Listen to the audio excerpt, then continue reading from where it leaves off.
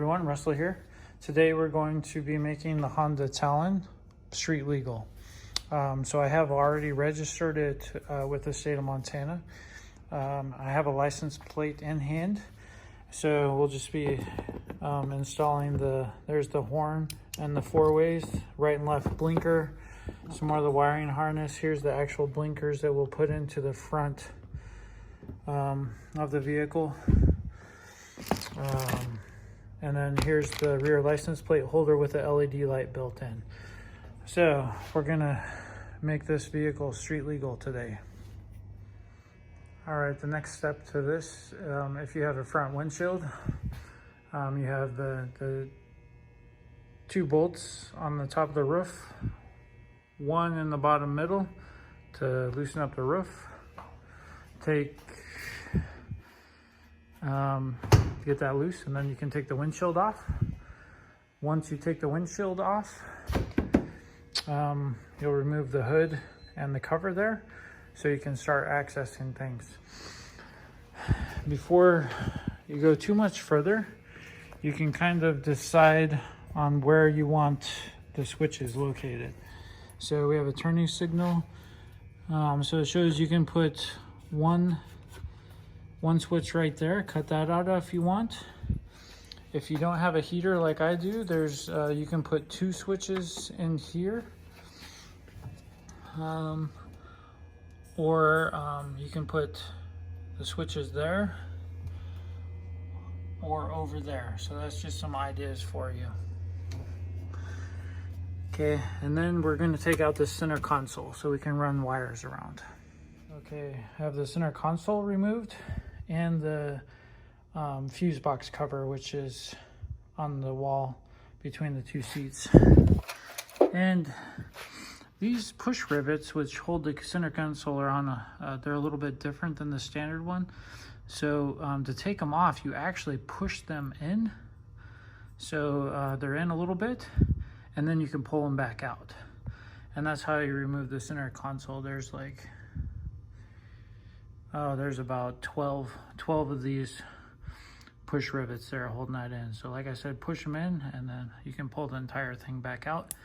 And then to reinsert them, you just put them back in like that. And then once they're in the hole, you'll push it to where it's flush again. So the center console is a little bit different.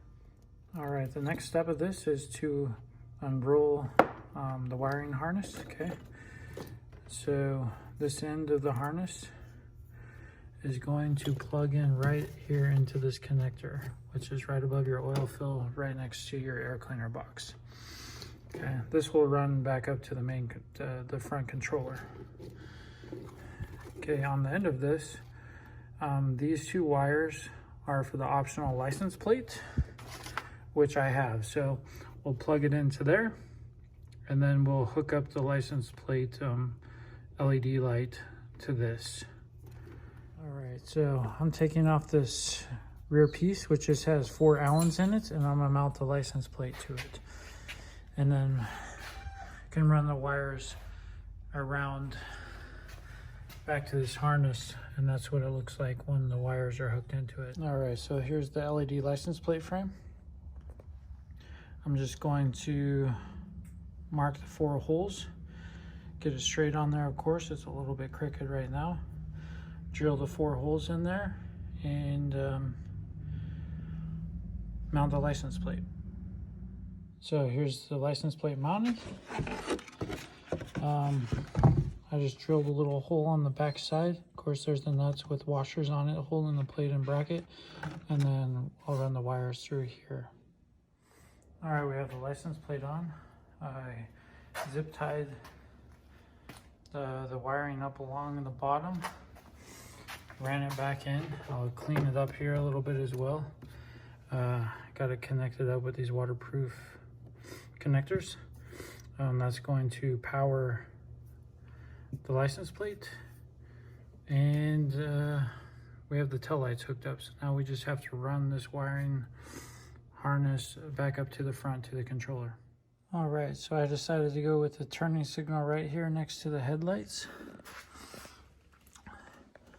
And I'm gonna put the horn and hazards right here on my switch plate.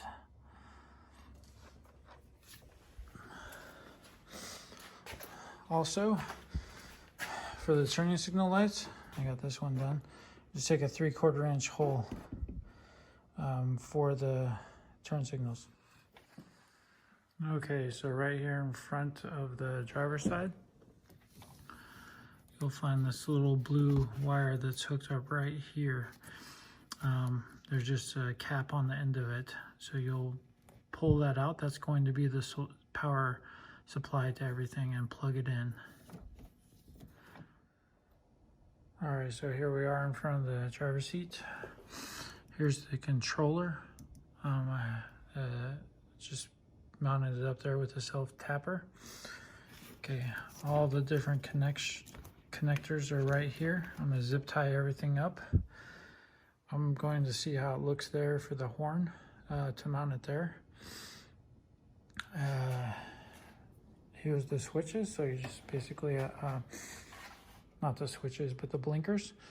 So you just kind of have to run all the cables around, zip tie them up, and you should have everything good to go. All right, so that's where I ended up mounting the horn. All right, so we have everything back together. I mean, I still have to do the windshield and the roof yet, but that's what the blinkers will look like.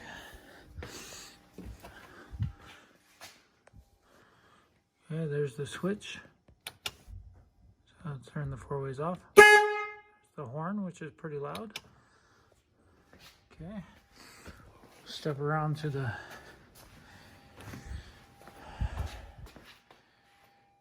rear of the vehicle. So that's what it looks like.